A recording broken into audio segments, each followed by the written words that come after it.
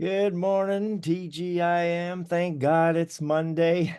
I know we're all pursuing joy and happiness, right, as the main ingredient in our goals. But every now and then, life has a way of kind of throwing you a curveball or giving you a good old gut punch, right? We lose good people, friends, family. We get ill diagnostics of our health. I have a good friend from high school who a couple years ago got diagnosed with cancer. She's been battling it, and she went through all those emotions, loss and disappointment and betrayal, and it hurts, and getting angry about it. And it's a journey, it's a process. I'm reminded of at least four great quotes from great philosophers, great thinkers, motivators who can maybe help us get through some of these things. Nietzsche says that if it doesn't kill us, it makes us stronger, right? That's a quote we've heard from a lot of our parents, maybe even. Brené Brown says that we actually going through it can't numb the emotions, can't really numb the pain. Some people will take some substances to try and do that, but what we're not doing is allowing for the process to get into some of the positive things that can come from these pains. So you got to watch on not doing too much of that too. And then Epictetus says that it's not that what happens to us that really causes the worst potential outcomes, it's our reaction to it. And I know the reactions are sometimes hard to hold back and to keep in. And we really, like Brené Brown says, not do that, let them out, so to speak.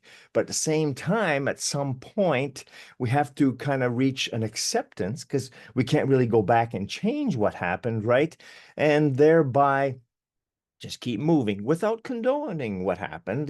Sometimes it's not natural and something happened to us that, is actually caused by some sort of grievance. And we still have to get through it somehow and then just keep moving, focusing on who we really are and the goodness that is in each of us. And then Maya Angelou says that we may encounter defeats in life. I mean, that's just kind of the part of the process, part of the game.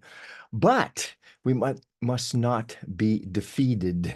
And that's a choice. So we can reframe the experience at some point when we're going through these various phases to find out what serves, what can we learn? Is there something that we can change? And then also use our support network, right? Our friends, our family, our mates to help lift us back up and allow them to, encourage us at times, even though sometimes we don't know what to say or some people doesn't know how to handle certain situations, but any kind word it can actually help get us back up again and remind us of our true worth.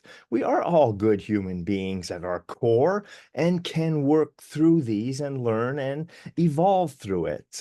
But the bottom line is we got to take the space and the time to do that, to heal, to rise again. So it's not something we have to rush through. It's not something anybody can tell us that we need to, get out of it. It's just a process. I know when my dad passed, it took me several years to really fully overcome and not forget, of course, but to get to another level. It's like the story about the donkey in the well. The owner, had his donkey fall in there. He had no way of taking him out. So he says, well, I'm going to take him out of his misery and I'm just going to put some dirt in to, kind of end his misery.